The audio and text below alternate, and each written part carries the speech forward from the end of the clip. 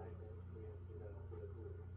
I can also do something different for our environment, like educating visitors on how to respect and protect nature and green life when they travel to the Philippines to see. No one is allowed to feed it. No one is allowed to touch the reef, not throw anything in the water, specifically plastic. We're trying to dissuade a small impact. It's going to give you this kind of energy. Balancing enjoyment with preservation in this tropical paradise. It's not just about protecting their livelihood, but also your home.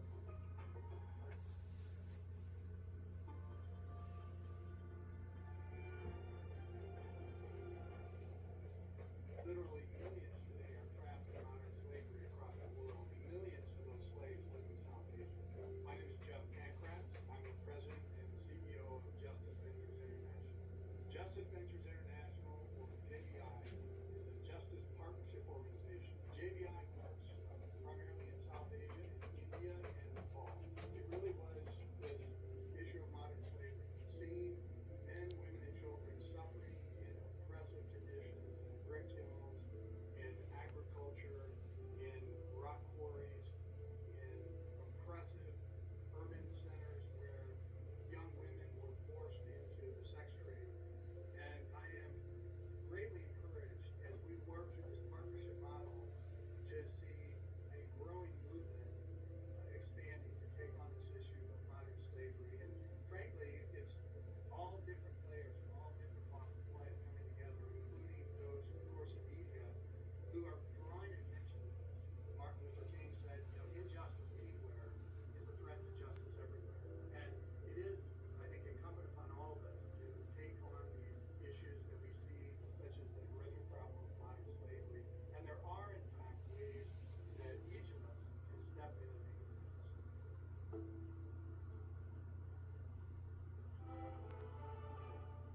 Breaking news: an epic battle within the Democratic Party playing out in New York City tonight, where polls are closing shortly in several closely watched places. Mayor Zoran Mamdani is now trying to oust two powerful Democratic incumbents. 못생겨가지고 Trying to capture a third House seat. The races that are pitting Mamdani against the top Democrat in the House, Minority Leader Hakeem Jeffries, and they embody the struggle, civil war, as we're calling it, inside the Democratic Party that is being waged across the country. And this is Democratic socialists, okay? That's as they are calling themselves, trying to expand their ranks by taking on the party's establishment, kicking out their own incumbents. And their message is resonating with more and more voters. Gary Anson recently pointed out that Democratic socialists have a higher net favorable rating right now than Democrats do in Congress.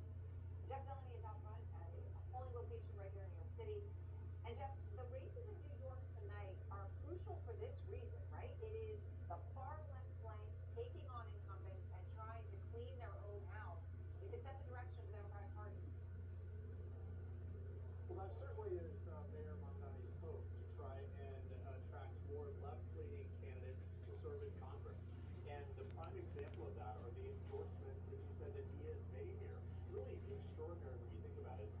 Endorsing rivals to Democrat incumbent members of Congress. Dan Golden in the 10th district here, Adriana Espelon in the 13th district, longtime incumbents. Mayor Mamdani has endorsed their left-leaning challengers.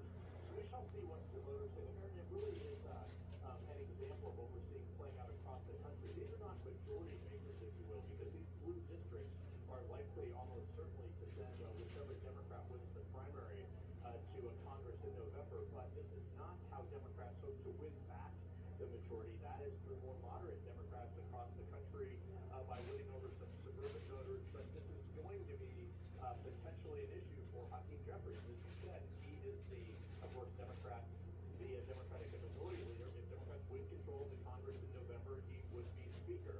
And this is pulling his a conference to the left. But that is sort of getting ahead of things. I mean, the reality here is voters will make these decisions, but it is really driving the party, and it's a precursor to the 2028 presidential race as well. Just what types of ideology are fueling the Democratic Party here? But other questions also are hanging over this race where I am to fill a Jerry Nadler seat. He's been in Congress for 17 terms, 34 years. Will Jack Schlossberg make the cut? Of course, he's the grandson to President John F. Kennedy.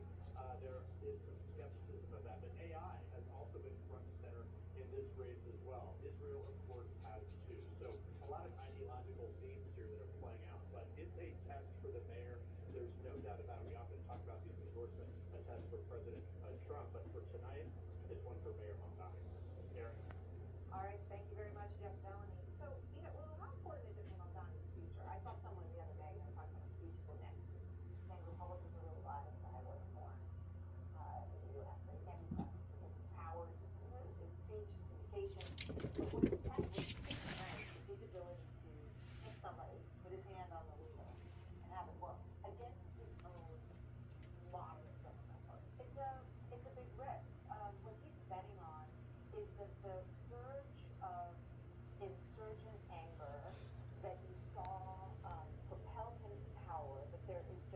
general feeling that things aren't working and that they want to see something different is going to propel some 일로 와. of these same 일로 와. types of people, and then he can claim credit for it.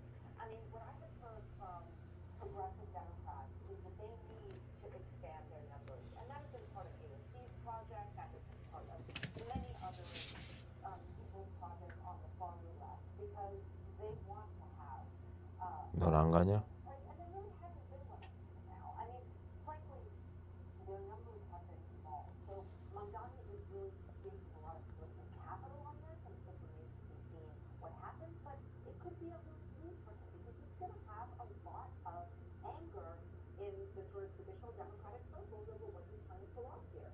So I'm not sure how this is all going to play out. It is interesting though, Korean, to the extent that he succeeds, and where he succeeds, that is pulling the Democratic Party further and further left.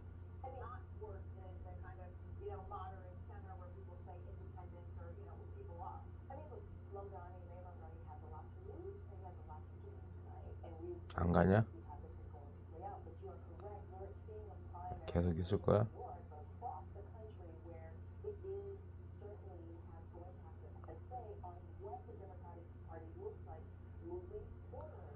And look, the Democratic Party that is what it is. You're supposed to have different voices. You're supposed to have different ideologies. And you're supposed to do it in a way where you're respectful of each other. And I think one of the things that we saw with Mamdani in 2025 is, the establishment was not happy that he was the Democratic nominee. And instead of bringing him in, they pushed him away and supported people who did not win the primary and did not back him. And I think that was a big mistake that the establishment made. Now what we're seeing is progressive versus moderate. You're seeing these establishment versus new voices. And, it's going to, and then you have special interest groups in there, whether it's APAC or AI interest groups. And so this is a battle within the Democratic Party, and we will see how it plays out. But I would say there's one last thing. It is not surprising this is happening now because there was a major loss. That Democrats had a major loss in 2024. And so when those things happen, regardless of the party, there has to be a conversation of who that party is and what happens next and how you move forward. And it's kind of they haven't had that conversation. I agree.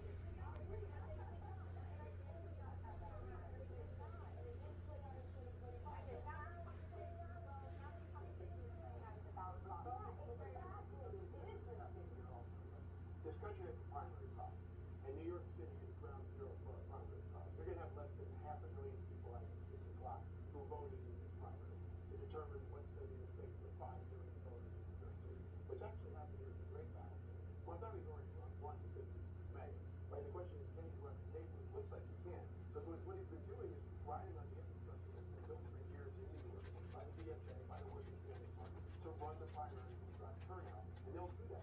They will drive turnout. Moderates aren't going to vote. Independents like me, a million of us can't vote at all in this country. This is the most voted primary in the country. And what happens is the far left is going to run it because they can get turnout, they can mobilize people, they've got turnout.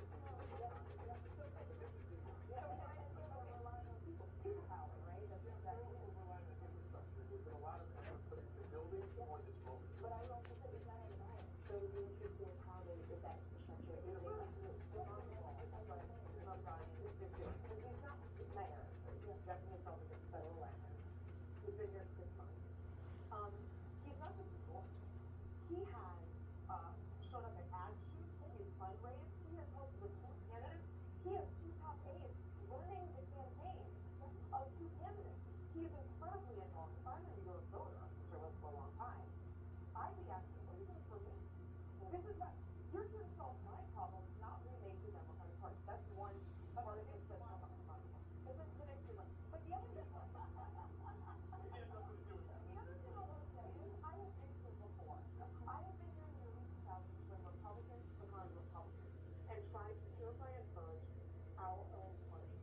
Let me tell you what happened. It led to a rise of insurgents and Tea Party people, some of whom were not very qualified, some of whom weren't even conservative, and eventually it broke the party apart. It led to 17 people running in 2016, and someone like Trump coming in and exploiting the weakness of the Republican Party. 옳지. I am watching 옳지.